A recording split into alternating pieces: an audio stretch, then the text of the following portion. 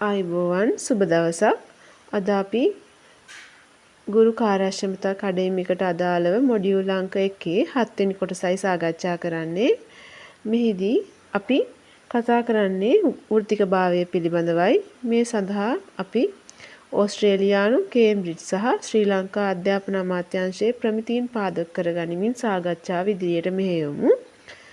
ඇත්තටම අද අපි සාකච්ඡා කරන්න ඕනේ අධ්‍යාපන පද්ධතියක කොඳුනාරටිය බඳු ගුරු වෘත්තියේ වෘත්තිකභාවය ගැන. ගුරුවරයෙක් කියන්නේ හුදෙක් කරුණු කියලා දෙන්නෙක් විතරක් නෙමේ. වෘත්තිකභාවය කියන්නේ වෘත්තීය දැනුම, කුසලතා සහ ආකල්ප සිසුන්ගේ උපරිම යහපත වෙනුවෙන් කැපකිරීම. මෙහිදී ගුරු වෘත්තීය සම්මතය සහ අධ්‍යාපන ප්‍රමිතීන් යන ත්‍රිවිධ අංශයන්ගේම එකතුවක් විදිහට අපිට ක්‍රියාත්මක වෙන්න ඕනේ. බොහෝ දෙනෙක් අසනවා වෘත්තිකභාවය කියන්නේ මොකක්ද කියලා. බ්‍රිතාන්‍ය ගුරු ප්‍රමිතීන්ට අනුව මේ ගුරුවරයාගේ හැසිරීම තීරණ ගැනීම සහ සිසුන් සමග පවත්වන දෛනික අන්තර්ක්‍රියාවන්ගේ එකතුවක්. එය හුදෙක් රැකියාවක් විතරක් නෙවෙයි. එය සිසුන්ගේ අනාගතය වෙනුවෙන් පෙනී සිටින අඛණ්ඩ කැපවීමක්. ගුරුවරයාගේ පුද්ගලික හා වෘත්තීය ජීවිතය තුළින් මේ විදහා දැක්විය යුතු බව මම හිතනවා. අපි දැන් වෘත්තිකභාවය කොටස් 4කට බෙදලා බලමු. පළමුව දැනුම.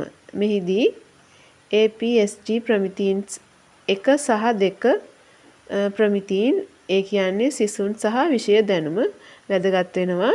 2 වෙන්නේ කුසලතා. මෙහිදී පන්ති කාමර කළමනාකරණය ප්‍රදාන වෙනවා. 3 වෙනුව සදාචාරය. එහිට අපිට ගන්න පුළුවන් අපේ ගුරු ආචාර ධර්ම 2012 මාර්ගෝපදේශය. මෙහිදී ඊට වැදගත් වෙනවා ඒක. අවසාන වශයෙන් වගකීම. ගුරුවරයා තම තීරණවල ප්‍රතිඵල සම්බන්ධයෙන් වගකීම බාර ගන්න ඕනේ. ඕස්ට්‍රේලියානු වෘත්තීය ප්‍රමිතීන් අනුව ප්‍රධාන ශේෂ්ත්‍ර 3ක් හඳුනා ගන්න පුළුවන්. එක තමා වෘත්තීය දැනුම, 2 වෘත්තීය භාවිතය සහ 3 වෘත්තීය සම්බන්ධතාව. ගුරුවරයෙකු ලෙස ඔබ මේ අංශ 3ම සමබරව තබා ගන්න ඕනේ. දැනුම තිබී භාවිතයට නැත්නම් හෝ භාවිතය තිබී සම්බන්ධතාවය නැත්නම් ඔබ සම්පූර්ණ වෘත්තීය ගුරුවරයෙක් වන්නේ නැහැ. කේම්බ්‍රිජ් ගුරු ප්‍රමිතීන් අනුව ගුරුවරයෙකු සතු විය යුතු අර්ථ ලක්ෂණ 6ක් තිබෙනවා. ඒවා තමයි විෂය දැනුම සහ ඉගැන්වීමේ කුසලතාවලට අමතරව සහයෝගීතාව සහ සිසු කේන්ද්‍රීය ප්‍රවේශය මෙහිදී කැපී පෙනෙනවා. ගුරුවරයා නිතරම සිසුන්ගේ සංස්කෘතිය සහ සමාජ පසුබිම හඳුනාගෙන ඉගැන්වීම සිදු කළ යුතුයි. අපි දැන් බලමු ඇයි අපිට මේ වෘත්තිකභාවය අවශ්‍ය වෙන්නේ කියලා. ප්‍රධාන වශයෙන්ම ඉගෙනුම් ප්‍රතිඵල ඉහළ නැන්වීම. පර්යේෂණ වලින් ඒ කියන්නේ පෙනී ගිහින් තියෙනවා වෘත්තීය ගුරුවරුන් සිටින පාසල්වල සිසුන්ගේ ජයග්‍රහණ වැඩි බව.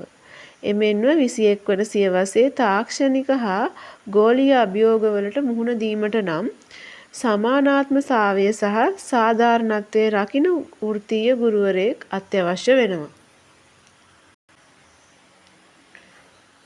අපි දැන් බලමු ප්‍රායෝගිකව ගුරුවරයෙක්ගේ වෘත්තිකභාවය පෙනෙන්නේ කොහොමද කියලා.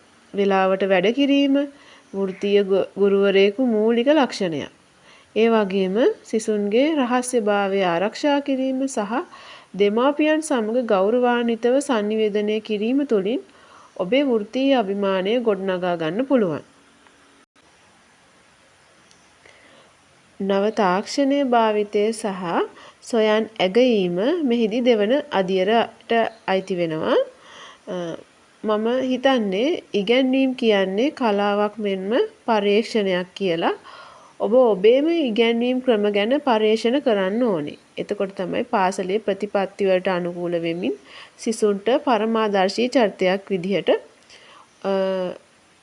කටයුතු කරන්න ඔබට අවස්ථාව ලැබෙන්නේ.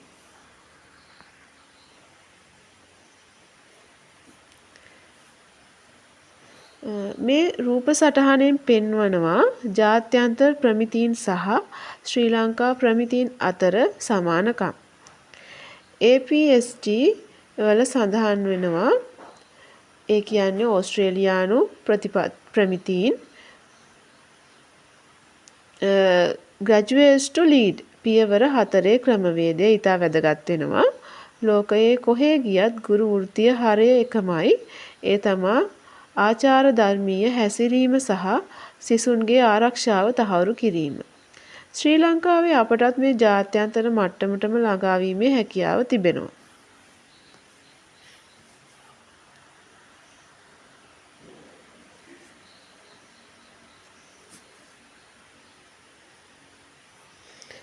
මෙම සාකච්ඡාවේ වැදගත්ම කොටස තමයි දැන් ශ්‍රී ලංකාවේ පාසල් පාදක වෘත්තීය ගුරු සංවර්ධනය.